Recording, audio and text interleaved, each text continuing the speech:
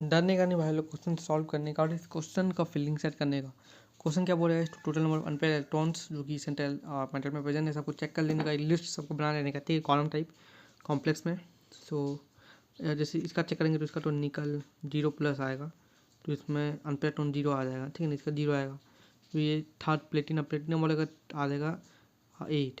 इस देखो इसका पूरा नहीं पता, लेकिन 4 या 14 एंड 5d8 आता है, या 5d8। तो अगर ज़्यादा इसका D8 ही आता है, तो D8 में क्या है, ऊपर से स्ट्रॉन्ग फीलिंग आने, स्ट्रॉन्ग फीलिंग आने का मतलब यहाँ पर भी अनपेयर इलेक्ट्रॉन 0 हो जाएगा। निकल यहाँ पर साइनाइड है, यहाँ पे स्ट्रॉन्ग फीलिंग आता है, यहाँ पर भी 0 हो जाएगा।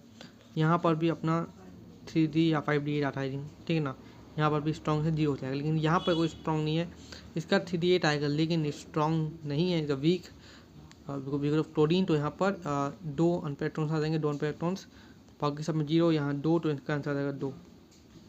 All the best.